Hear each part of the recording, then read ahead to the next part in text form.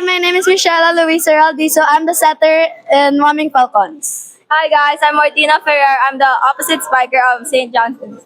First of all, congratulations.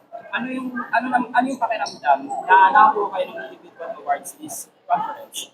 I feel like nga all our hard work paid off and we felt really happy to get it. Same din, lahat ng hard work namin. Pinakita namin from training hanggang dito.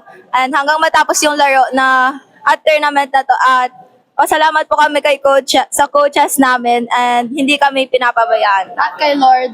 Yeah! Yung preparations po namin sa league na to ay syempre nag-sacrifice din sa school, our classworks, and especially our time and sa time namin sa parents namin, time namin sa bahay. And yun lang. Tapos nag-pay off naman. For me, I think it's because nga we did teamwork and we trusted in our coaches and the Lord and communication. Siguro second to the last question na lang, ano yung pinaka-best advice na nakuha niyo kay coach? Yung palagi na pinapaalala sa inyo?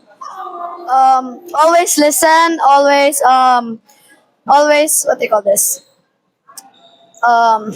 Never give up and always be ready. Sa akin, huwag maging makontento kahit ilang wins pa yan. You should ask for more and work for more. Thank you NX Led for the sponsor, and I would like to shout out to my family sa Bacolod and sa Cebu, and thank you for everything sa support.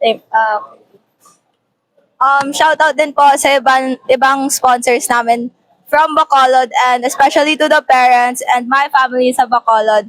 And shout out din sa teammates ko na naiwan sa Bacolod, and thank you.